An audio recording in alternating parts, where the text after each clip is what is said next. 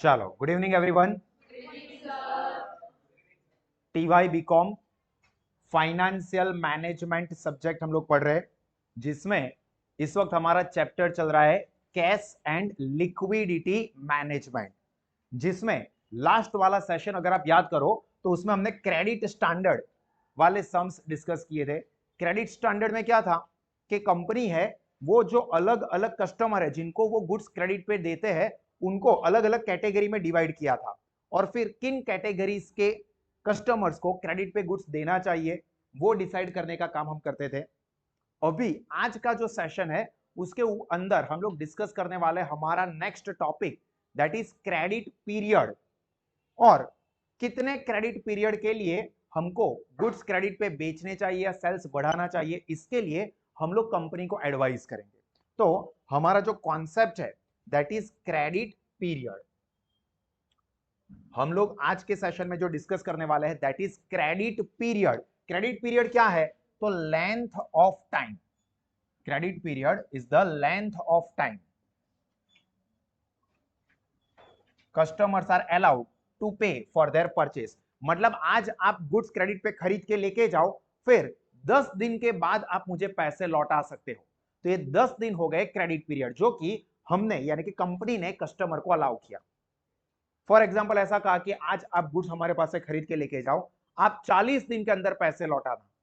तो ये 40 दिन ये क्या हो गया? Credit period. पहले वाले में बोला 10 दिन में पैसे लौटाओ, दूसरे वाले में बोला 40 दिन में पैसे लौटाओ। तो ये जो टाइम पीरियड का जो लेंथ है उसी को हम बोलते हैं credit period. It generally varies from 15 days to 60 days. 15 से लेके 60 दिन तक का नॉर्मल टाइम कोई बिजनेस नॉर्मली कस्टमर को अलाउड करता है। जरूरी नहीं है कि फिक्स ऐसा ही करना है, इससे कम भी हो सकता है, इससे ज्यादा भी हो सकता है, depending on companies policies and customers.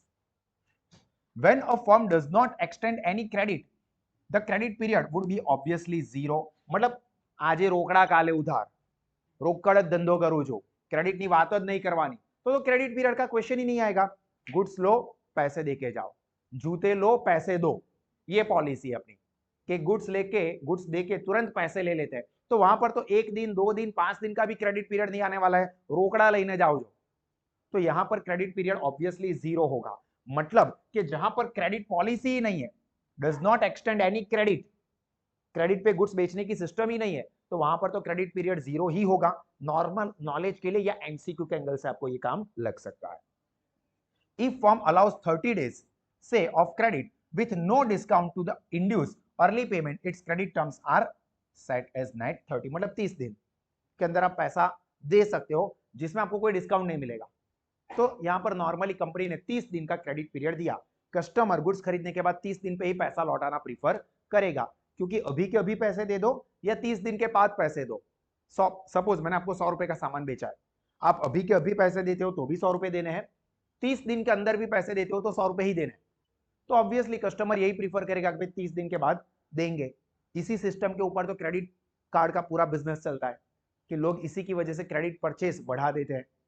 यहां पर यही है कि आप अभी 100 रुपए का सामान खरीद रहे हो, अभी के अभी 100 रुपए दे दो या 30 दिन के अंदर 100 रुपए देना, कोई डिस्काउंट नहीं है। 30 दिन के अंदर पेमेंट करते हो तो भी 30 रुपए ही देना है। तो ऑब्वियसली कस्टमर यही प्रीफर करेगा ना कि यार अभी के अभी मैं क्यों दे दूं पैसे, 30 दिन तक वो पैसे मेरे को रखने के लिए मिल रहे, तो मैं 30 दिन के बाद ही पैसा दूंगा। Lengthening of the credit period, purchase sells up by inducing existing customers to purchase more and attracting additional customer। ये क्रेडिट देने का या क्रेडिट पीरियड बढ़ाने का जो सिस्टम होता है वो इसलिए ताकि क्रेडिट सेल्स बढ़े और कस्टमर इंड्यूस हो, इंड्यूस यानी कि एनकरेज हो कि हम भी सामान खरीद लेते हैं। क्यों? क्योंकि अभी के अभी पैसे देने की जरूरत नहीं है, क्रेडिट पीरियड भी अगर ज्यादा लंबा मिल रहा है तो कस्टमर जो है वो सोचेगा कि मैं खरीद लेता हूं। क्यों? क्योंकि बहुत लंबा टाइम मुझे मिल रहा है पेमेंट करने के लिए, तो मैं कुछ ना कुछ जुगाड़ कर लूंगा, या सिंपल ये जो गुड्स मैं खरीद रहा हूं वो मैं दूसरों को बेच के फिर मैं इनके पैसे लौटा सकता हूं। तो जितना ज्यादा क्रेडिट पीरियड मिलेगा ऑब्वियस है कि सेल्स उतना ही ज्यादा होगा, कस्टमर उतने ही ज्यादा हमारे बिजनेस की तरफ अट्रैक्ट होंगे। पर ऐसा तो है नहीं कि सिंपल कैलकुलेशन हो कि भाई क्रेडिट बढ़ा दो सेल्स बढ़ जाएगा, प्रॉफिट बढ़ जाएगा, ठीक है तो सबको क्रेडिट में गुड्स बांट दो। उसके साथ साथ रिस्क भी आते हैं।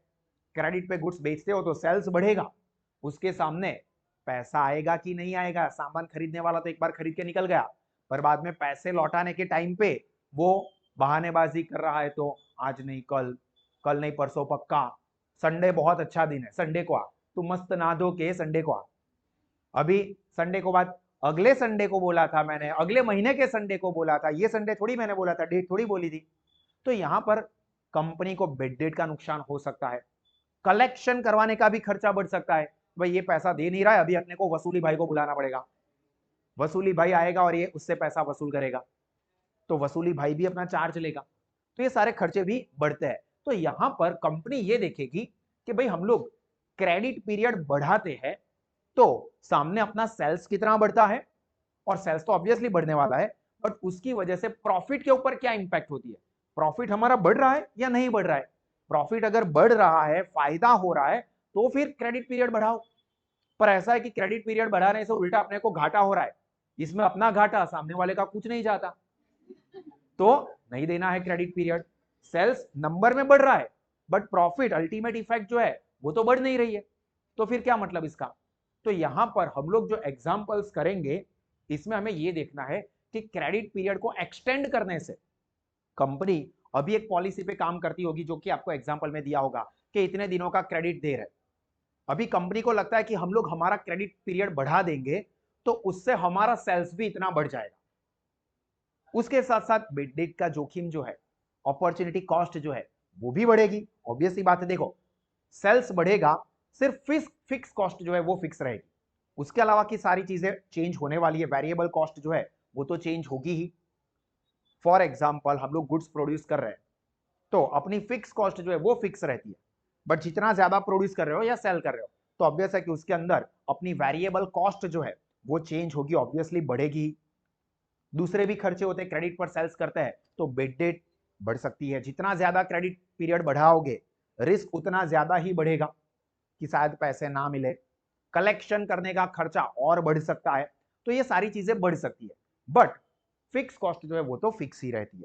तो यहां पर कंपनी क्या देखेगी कि भाई हम लोग क्रेडिट पीरियड बढ़ा रहे हैं तो उसके सामने अपने को प्रॉफिट बढ़ रहा है या प्रॉफिट में कोई चेंज नहीं हो रहा है, प्रॉफिट कम हो रहा है। अगर प्रॉफिट बढ़ रहा है क्रेडिट पीरियड बढ़ाने से ओवरऑल तो फिर ठीक है, दो क्रेडिट बढ़ाओ, कोई प्रॉब्लम नहीं है।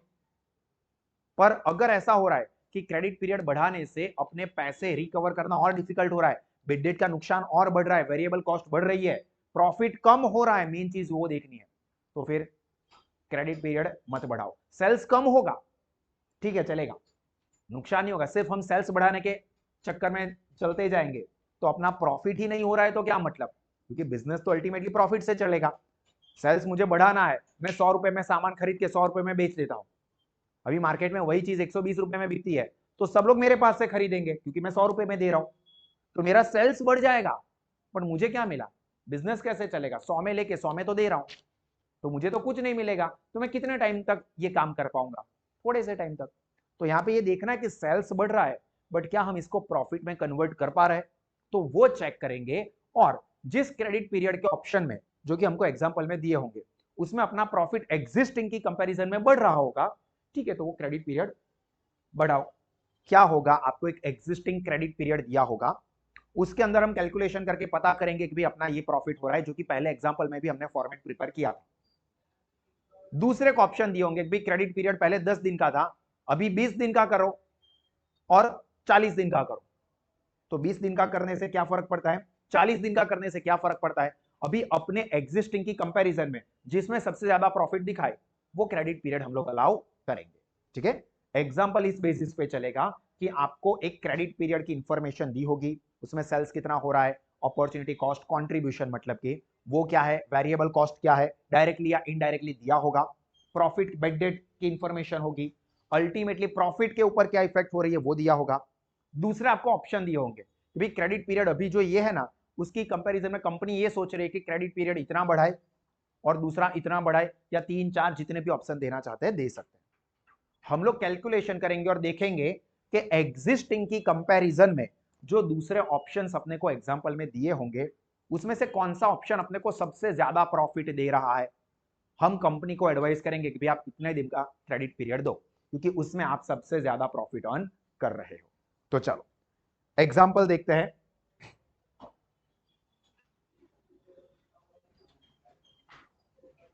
एक्सेल लिमिटेड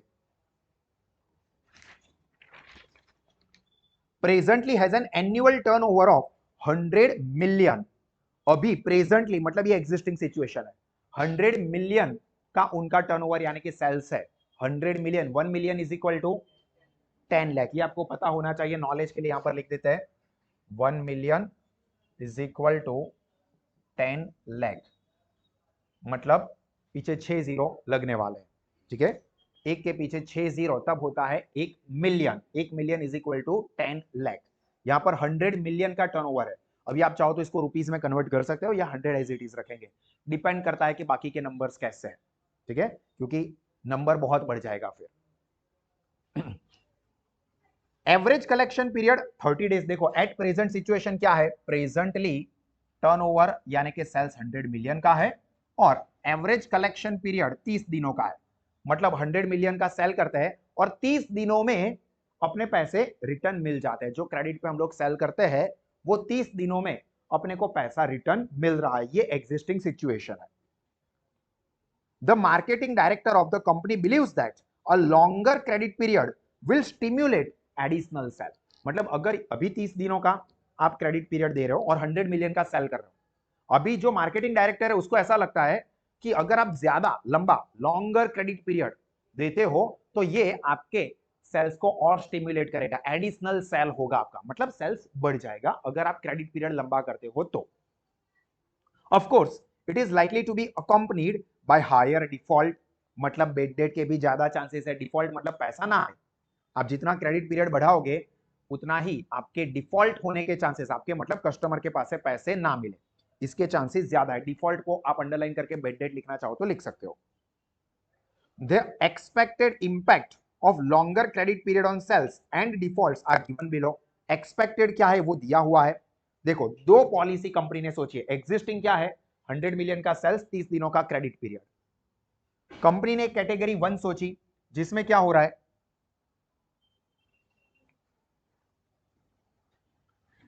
कलेक्शन पीरियड 15 दिनों से इंक्रीज करे। ये देखना, increase in collection period 15 days, मतलब पहले 30 थे तो अभी नए कितने हो जाएंगे। अगर गलती से आपने एग्जाम्पल पूरा 15 दिनों के ऊपर कर दिया तो मतलब गई भैंस पानी में। सर आंसर ही नहीं आया, या सर मैंने तो कंप्लीट कर दिया है, बहुत बढ़िया, आपने जो स्टेप टू स्टेप सिखाया था ना बिल्कुल वैसा ही किया, पता नहीं फेल कैसे हो गया। तो ये ध्यान रखना है, इंक्रीज बाय 15 डेज, तो 30 दिन थे, 15 दिन ऐड होंगे तो 45, और यहां पर और 30 दिन ऐड होने वाला है, तो टोटल 60 डेज का क्रेडिट पीरियड टोटल कंपनी देने का प्लान कर रही है, सोच रही है, जिससे इनका सेल्स क्या हो जाएगा, इंक्रीज बाय 5 मिलियन। तो पहले कितने थे 100, उसकी जगह पे आप कितने होंगे 105 मिलियन, और पहले यहां पर कितने थे 100, उसकी जगह पे 10 मिलियन बढ़ेगा तो 110 मिलियन का सेल्स होगा। अगर वो क्रेडिट पीरियड और 30 दिनों से बढ़ा देते, मतलब टोटल 60 डेज का क्रेडिट पीरियड देते हैं, तो उनका सेल्स जो 100 मिलियन था वो 110 मिलियन हो जाएगा। नो डाउट उसकी वजह से बेड डेट जो है वो 2% इसके हो जाएंगे, जो सेल्स हो रहा है उसके बेड डेट होता है, और इसके 4% बेड डेट होने के चांसेस है। The selling price of the product is 50 and variable cost per unit is 30। ये बहुत इंपॉर्टेंट चीज है। सेल प्राइस एक यूनिट की 50 रुपए है, जिसमें से 30 रुपीज वेरिएबल कॉस्ट है, तो सेल में से वेरिएबल कॉस्ट माइनस करेंगे तो अपने को मिलेगा कॉन्ट्रीब्यूशन, जिसको आप अपॉर्चुनिटी कॉस्ट कहो या कॉन्ट्रीब्यूशन कहो। सेल मतलब जो सेलिंग प्राइस है वो माइनस वेरिएबल कॉस्ट वीसी का डिफरेंस, ये हो जाएगी अपनी अपॉर्चुनिटी कॉस्ट कहो या तो कॉन्ट्रीब्यूशन कहो। Bed date percentage currently is 1%। देखो ये 2% होगा, ये 4% होगा, ये प्रेजेंट सिचुएशन कि अभी जो 100 मिलियन सेल हो रहा है उसमें ऐसा नहीं है कि कोई बेड डेट नहीं हो रहा है, अभी 1% बेड डेट चल रहा है। 100 मिलियन का सेल्स कंपनी कर रही है, उसमें 1% बेड डेट चल रहा है। अगर कंपनी क्रेडिट पीरियड बढ़ा देती है 15 दिनों से तो सेल्स 105 मिलियन डॉलर या रुपीस में हो जाएगा, पर बेड डेट 2% हो जाएगा। दूसरी कैटेगरी में जाते हैं तो 30 दिन और क्रेडिट दे देते हैं, मतलब टोटल 60 डेज की, तो सेल्स 110 मिलियन हो जाएगा, बट बेड डेट 4% हो जाएगी। तो presently 100 million, 1% bed date. Category 1 में जाएंगे तो 105 मिलियन, जिसमें क्रेडिट पीरियड 45 डेज का, बट बेड डेट 2%। तीसरी कैटेगरी यानी कि ऑप्शन 2, उसमें सेल्स यहां पर इंक्रीज होकर 110 मिलियन होगा, क्रेडिट पीरियड 60 डेज, पर bad debt 4%। Excel requires a return of, ये इंपॉर्टेंट सेंटेंस, एक्सपेक्टेशन क्या है, return of 20% on its investment, investment in variables, जो इन्वेस्टमेंट होता है उसके ऊपर वो 20% का एक्सपेक्टेशन रखते हैं, ये उनका एक्सपेक्टेशन है। Assume that a year consist of 360 days, 360 दिन, ये नॉर्मली कुछ ना कहो तो भी 360 डेज ही कंसीडर किए जाते हैं। अभी अपने को फॉर्मेट याद होना चाहिए। सबसे पहले हम लोग एक छोटा सा वर्किंग कर देंगे जिसमें क्या है, लास्ट वाले एग्जांपल के अंदर अपने को वेरिएबल कॉस्ट की इंफॉर्मेशन डायरेक्टली दे दी थी, कंट्रीब्यूशन हम उसमें से माइनस करके पता कर सकते थे, यहां पर इनडायरेक्टली इंफॉर्मेशन दी है। तो आपको जो समझना है कि इंफॉर्मेशन क्या दी है और उसको आप किस तरह से इंटरप्रेट करते हो। अगर आप प्रॉपरली इंटरप्रेट नहीं कर पाते हो सेंटेंसेस को तो कंफ्यूज हो जाओगे। तो यहां पर देखो, सेल प्राइस 50 रुपए दी हुई है जिसमें वेरिएबल कॉस्ट 30 रुपए है, तो अपना कंट्रीब्यूशन कितना होगा, 50 माइनस 30 यानी कि 20। तो यहां पर वर्किंग नोट 1, सेल्स 50, अपने को एक्चुअली में परसेंटेज चाहिए तो हम इसको परसेंटेज में कन्वर्ट करेंगे, क्योंकि अपने को जो कंट्रीब्यूशन चाहिए वो परसेंटेज में होता है, सेल्स के परसेंटेज। यहां पर अपने सेल्स कितना है, 100 मिलियन, 105 मिलियन, 110 मिलियन, तो परसेंटेज मिलेगा तो उसके हिसाब से कर सकते हैं, या स्टेप्स भी रख सकते हैं कि 50 रुपए के सामने 20 रुपए का कंट्रीब्यूशन, तो फिर 100 मिलियन के सामने कितना, 105 मिलियन के सामने कितना, 110 मिलियन के सामने कितना, ऐसे स्टेप रख के भी कर सकते हो, या फिर एक बार परसेंटेज ढूंढ लो फिर सेल्स के सीधे परसेंटेज अप्लाई करते जाएंगे। तो पहले ये कि सेल्स यानी कि सेल प्राइस अगर 50 रुपए है तो उसमें से कॉस्ट 30 रुपए, एग्जाम्पल में बोला हुआ है वेरिएबल कॉस्ट 30 रुपए, तो उसको हम माइनस करेंगे तो अपने को कंट्रीब्यूशन मिलेगा 20 का। अभी अपने को परसेंटेज चाहिए तो परसेंटेज ऑलवेज 100 पे होते हैं, तो अगर ये सेल प्राइस 100 हो, 100%, 50 रुपए के सामने 100 रुपए, तो ये 30 रुपए के सामने कितना, क्रॉस मल्टीप्लीकेशन, 50 रुपए सेलिंग प्राइस, उसमें 30 रुपए वेरिएबल, तो अगर 100 रुपए, क्योंकि परसेंटेज हमेशा 100 पे होता है, तो 100 रुपए सेलिंग प्राइस, तो वेरिएबल कॉस्ट कितनी भी यार, डबल हो रहा है यार, क्या यार आप कैलकुलेशन कर रहे हो, 60, 50 का 100 तो 30 का कितना, 60, यानी कि 60%। ये परसेंटेज में हम लोग कर रहे हैं, ये हमने एज्यूम किया है, ये ध्यान रखना, वी हैव एज्यूम्ड दिस, क्योंकि अपने को परसेंटेज मिल जाएंगे तो हमारा वर्किंग इजी हो जाएगा। जरूरी नहीं है कि आप परसेंटेज ढूंढ के ही करो, आप फिर हर एक स्टेज पे भी ऐसा स्टेप रख सकते हो, बट हम लोग एक बार परसेंटेज ढूंढ लेंगे तो फिर एग्जाम्पल में 105 होगा, 110 होगा, 100 जो ओरिजिनल दिया है उसमें हम लोग इजीली वर्कआउट कर पाएंगे। तो वेरिएबल कॉस्ट हो रही है 60%, ठीक है। वो कैसे मिला, तो अपने को 50 रुपए की सेलिंग प्राइस दी है, उसमें 30 रुपए वेरिएबल कॉस्ट है, खर्चा ऐसा बोला हुआ है, तो हमने इसको परसेंटेज में कन्वर्ट कर दिया कि सपोज 100 रुपए की सेलिंग प्राइस हो तो फिर वेरिएबल कॉस्ट कितनी, तो 60%, तो कंट्रीब्यूशन इसी तरह से कितना हो जाएगा, 20 रुपए के सामने कितना, 50 रुपए के सामने 100, तो 20 के सामने कितना, तो 40%। ये अपने को क्या मिल गया, कंट्रीब्यूशन।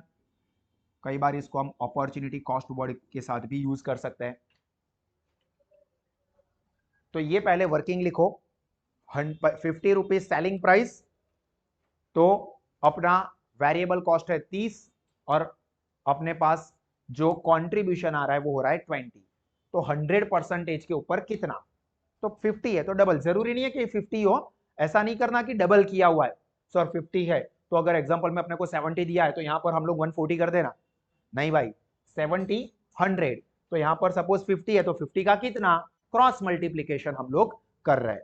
तो नंबर्स में कंफ्यूज मत हो जाना, हम एज्यूम कर रहे हैं, परसेंटेज में कन्वर्ट कर रहे हैं, ठीक है। अभी अपना जो मेन फॉर्मेट था वो याद कर लेते हैं। सबसे पहले सेल्स, जो कि एग्जांपल में अपने को दिया हुआ है, सेल्स में से वेरिएबल कॉस्ट माइनस करेंगे तो अपने को मिल जाएगा कंट्रीब्यूशन। तो पहला कॉलम रहेगा सेल्स, दूसरा वेरिएबल कॉस्ट। हालांकि इस एग्जांपल में अपने को वेरिएबल कॉस्ट डायरेक्टली नहीं जरूरत है, सीधे हम 40% के हिसाब से कंट्रीब्यूशन भी ढूंढ सकते हैं। इसके पहले वाले एग्जांपल में तो क्या था, वेरिएबल कॉस्ट दी हुई थी तो हमने सेल्स में से वेरिएबल कॉस्ट टोटल माइनस किया और कंट्रीब्यूशन ढूंढा। यहां पर तो हम लोग स्टेप एजम्पशन करके कर रहे हैं, तो जरूरी नहीं है कि हम लोग वेरिएबल कॉस्ट ढूंढे, सीधा कंट्रीब्यूशन भी ढूंढ सकते हैं, क्योंकि 40% कंट्रीब्यूशन हुआ ना, ये 40% कंट्रीब्यूशन आया ना, तो हम क्या करेंगे, सीधा जितना भी सेल्स है उसके 40% कर दो, तो अपने को ऑटोमेटिकली कंट्रीब्यूशन मिल जाएगा, और अपने को वही चाहिए। बट हम लोग, हमारा फॉर्मेट चेंज ना हो, इसलिए फॉर्मेट सेम फॉलो करते रहेंगे। पहला सेल्स माइनस, मतलब सेकंड उसके बाद होता है नहीं, increase in variable cost.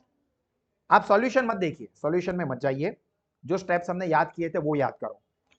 Sales, variable cost, contribution, उसके बाद होता है बेड डेट, जो कि एग्जांपल में दिया है परसेंटेज ऑफ सेल्स होता है। देन इन्वेस्टमेंट इन रिसीवेबल्स, तो इन्वेस्टमेंट इन रिसीवेबल, उसकी भी फॉर्मूला आगे वाले एग्जांपल में भी की थी, इसमें भी करेंगे। और फिर यहां पर कंपनी 20% रिटर्न एक्सपेक्ट करती है, एग्जांपल में बोला हुआ है, देखो, company expect 20% return on investment, तो ये जो इन्वेस्टमेंट इन ट्रेड रिसीवेबल हुई है उसके ऊपर रिक्वायर्ड रिटर्न, जो कि इस एग्जांपल में 20% बोला है, कोई और एग्जांपल में 15 बोले, 25 बोले, 30 बोले, जो भी बोले, पर वो इन्वेस्टमेंट इन ट्रेड रिसीवेबल है, उसके ऊपर एक्सपेक्टेड या रिक्वायर्ड रिटर्न। और लास्ट में अपने को चाहिए प्रॉफिट। प्रॉफिट हमें कैसे मिलेगा, तो अपने को चाहिए मेन तो कंट्रीब्यूशन।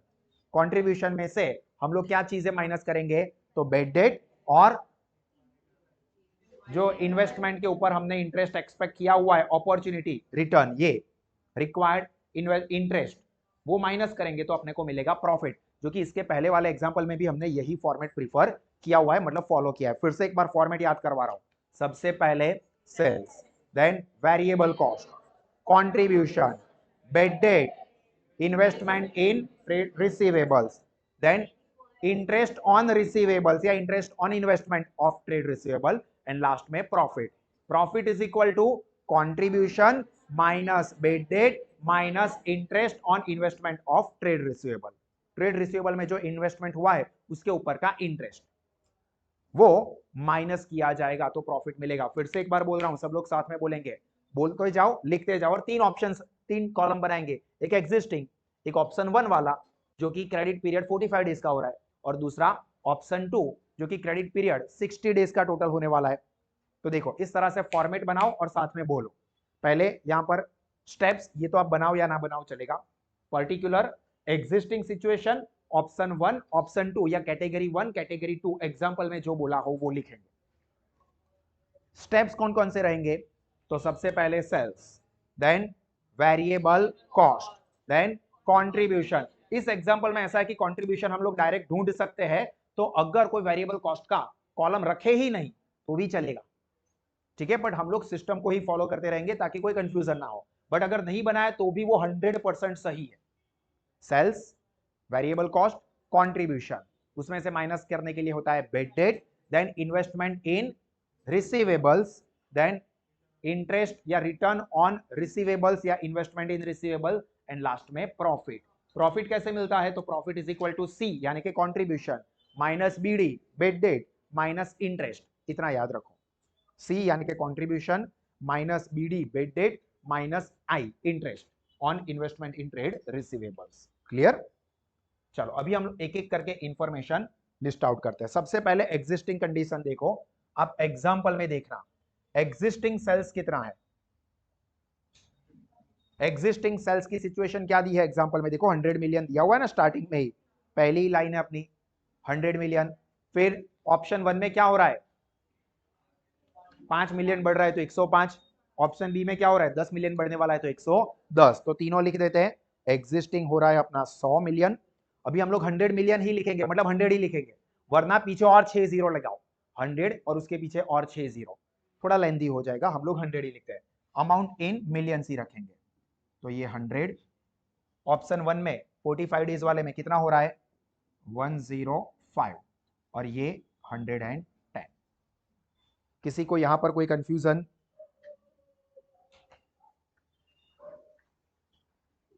Everyone is clear? दूसरा वेरिएबल कॉस्ट, हालांकि इसमें जरूरी नहीं है, बट हम लोग स्टेप्स जो फॉर्मेट का है वो प्रीफर फॉलो करने के लिए बनाएंगे। तो कंट्रीब्यूशन, सॉरी, वेरिएबल कॉस्ट ये कितनी हो रही है, कितने परसेंटेज है, देखो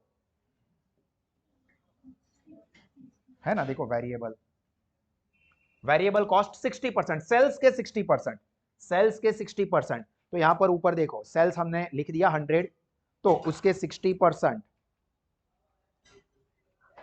100 के 60%, तो ऑब्वियसली 60 ही होगा। तो ये इंक्रीज इन वेरिएबल कॉस्ट, इसमें 60, 105 के 60% है, ये ध्यान रखना।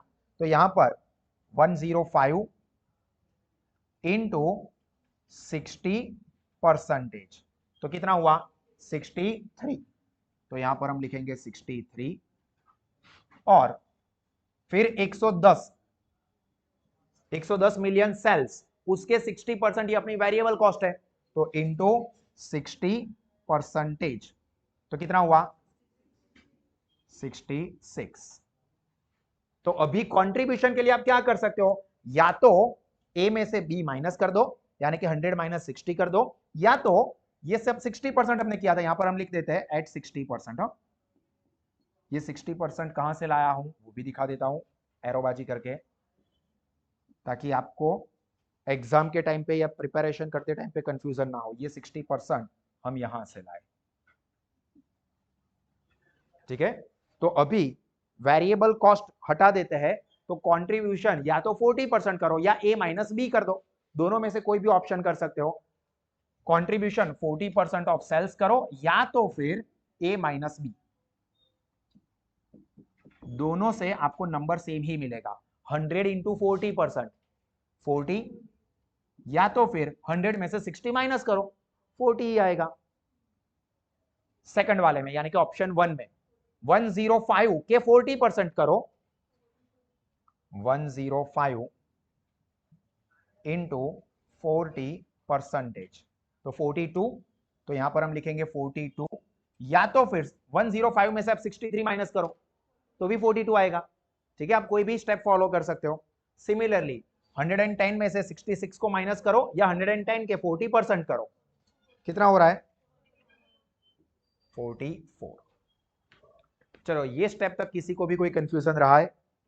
3 स्टेप किए हमने, पहले सेल्स, वेरिएबल कॉस्ट इस एग्जांपल में जरूरत नहीं थी बट हमने फॉलो कर दिया, वेरिएबल कॉस्ट जो कि ऑब्वियसली चाहिए ही, क्योंकि variable cost minus bad debt minus investment तो करना ही पड़ता है, तभी तो प्रॉफिट मिलता है।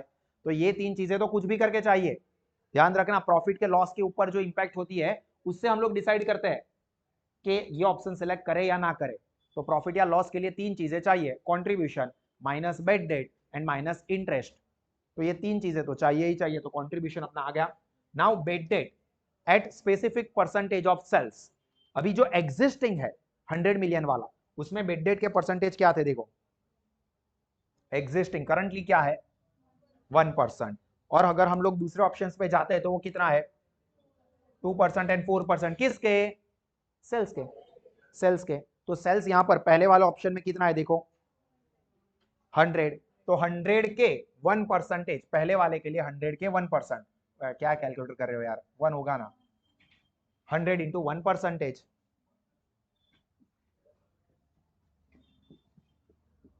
उसके बाद सेकंड वाले के लिए 105 का सेल्स है, तो 105 के कितने परसेंटेज है 2%, 105 इंटू 2%, कितना हो रहा है 105 इंटू 2%, 2.1, तो यहां पर हम लिख देंगे 2.1, और इसके अंदर 4% हो रहा है, 110 के 4%, ये हर एक में अलग अलग होगा, हाँ। तो 110, क्या हो रहा है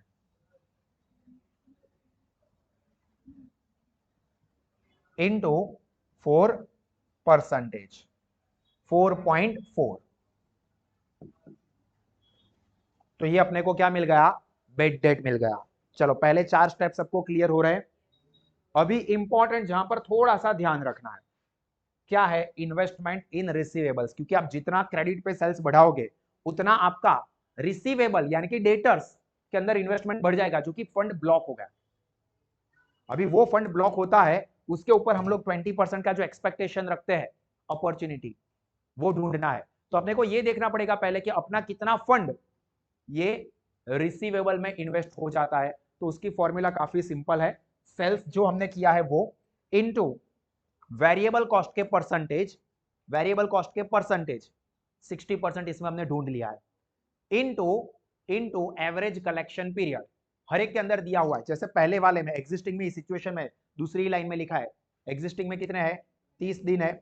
फिर ऑप्शन 1 में क्या हो रहा है, इंक्रीज हो रहा है 45 डेज, और तीसरे वाले में क्या हो रहा है 60 डेज। तो यही फॉर्मूला के ऊपर हम लोग वर्क करेंगे। देखो मैं एक में वर्किंग करके दिखाता हूं, फिर आप लोग करना। थोड़ा लाइट कलर से वर्किंग लिखता हूं। पहले ऑप्शन में समझ लो सेल्स कितना है 100 मिलियन, तो 100 इनटू वेरिएबल कॉस्ट के परसेंटेज, वो तो सबके लिए फिक्स ही है, इनटू एवरेज कलेक्शन पीरियड कितना है एग्जिस्टिंग 30 दिन, तो 30 अपॉन 365। तो कैलकुलेटर पे देखो 100 इंटू 60% इंटू 30 डिवाइडेड बाय 365 कितना हुआ 4.93। तो 4.93 या 99 जो भी आ रहा है, sorry 360, yes yes my mistake, ये 365 नहीं, यहां पर 360 लिखना है, बोला हुआ ही है 360। तो 100 इंटू 60% इंटू 30 डेज का एवरेज कलेक्शन पीरियड जो कि एग्जिस्टिंग में है, डिवाइडेड बाय 360 एग्जैक्ट 5। तो यहां पर हम लोग लिखेंगे 5। Investment in receivable sir 5 million, अपने ये मिलियन के ऊपर किया हुआ है। चलो तो 5 मिलियन हुआ क्योंकि हमने 100 मिलियन के ऊपर किया था।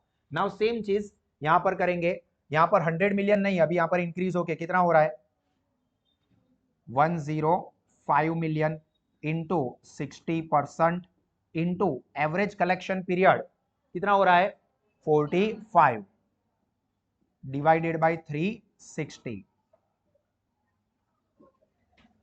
तो कैलकुलेटर पे 105 into 60% into 45 divided by 360, 7.875। 3 digit तक है तो लिख देते हैं तो कोई प्रॉब्लम नहीं है, 7.875।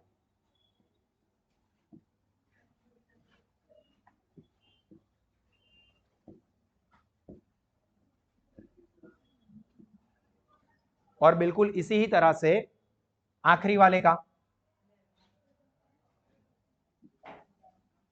110 into 60% into 60 divided by 360। Calculator पे 110 इंटू 60% इंटू 60 डिवाइडेड बाय 360, तो कितना आया 11। ये 11 मिलियन।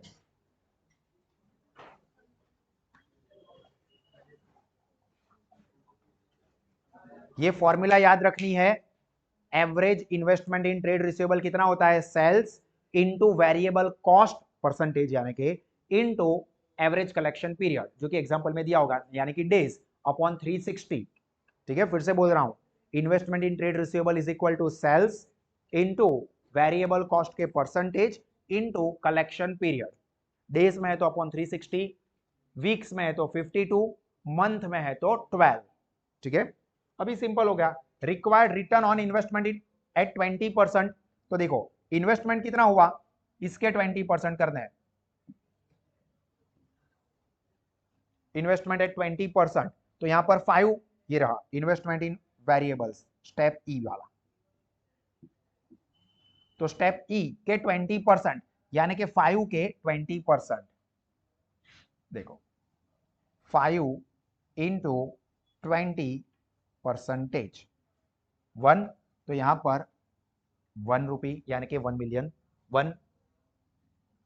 सिमिलरली दूसरा वाला 7.875 इंटू एक्सपेक्टेड रिटर्न तो फिक्स ही है 20%, 20%, 1.575, 1.575।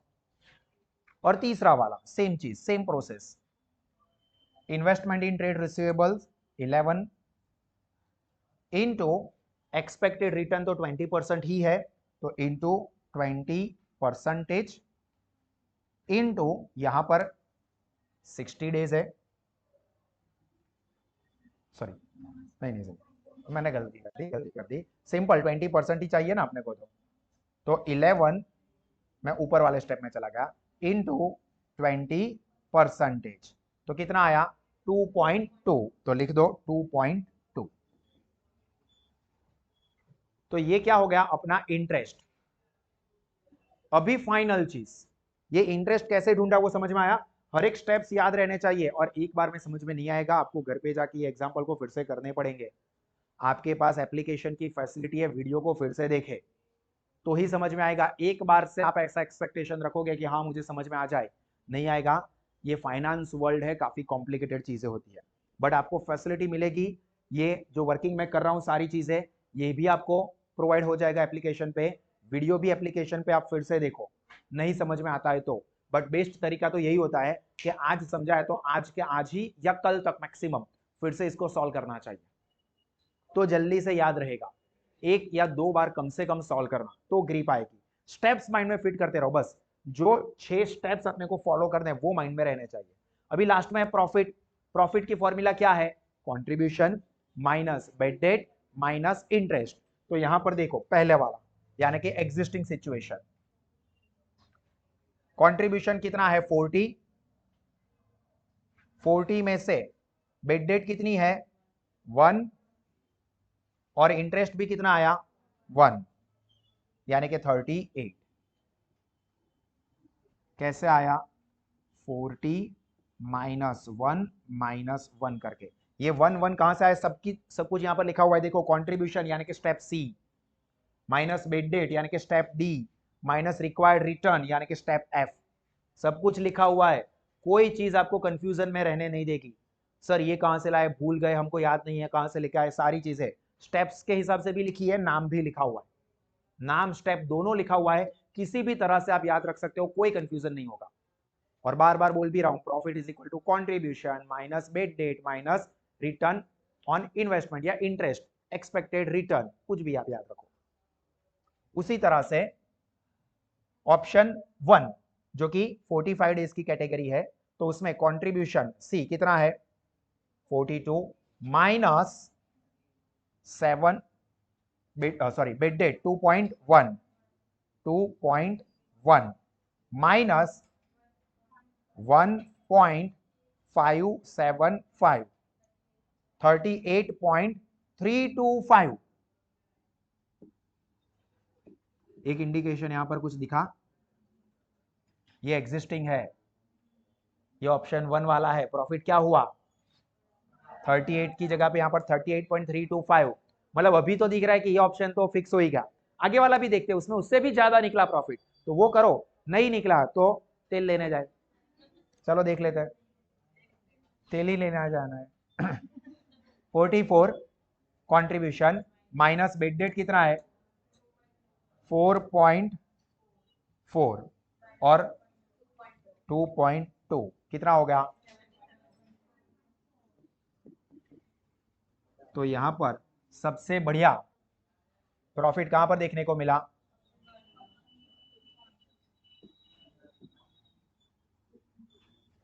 38.325। इसमें एग्जिस्टिंग की कंपैरिजन में प्रॉफिट बढ़ रहा है, और क्रेडिट पीरियड देने जा रहे हो तो नो डाउट आपका सेल्स 105 का 110 मिलियन हो रहा है, बट प्रॉफिट आपका एग्जिस्टिंग से भी कम हो रहा है।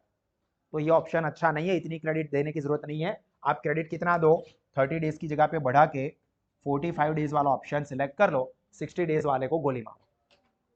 क्लियर? तो ये क्रेडिट पीरियड कितना देना चाहिए उस कैटेगरी के ऊपर क्या एग्जांपल था। अच्छे से इसको समझ के नोटबुक में फिर से 1 या 2 बार सॉल्व करना। कंफ्यूजन लगे वीडियो एप्लीकेशन के ऊपर मिलेगा, आप स्पेसिफिक सब्जेक्ट वाले फोल्डर में ये देख सकते हो, डेली लाइव लेक्चर में भी मिलेगा, फोल्डर सब्जेक्ट वाले में भी मिलेगा, और ये पीडीएफ भी प्रोवाइड करूंगा। तो आप एग्जांपल अगर आपने प्रॉपरली सॉल्व नहीं किया, आज कोई भी स्टूडेंट सपोज एब्सेंट है बाद में देख रहा है, तो भी ये पीडीएफ आपको मिल जाएगी। क्लियर? तो यहां पर हम लोग हमारा ये सेशन एंड करते हैं।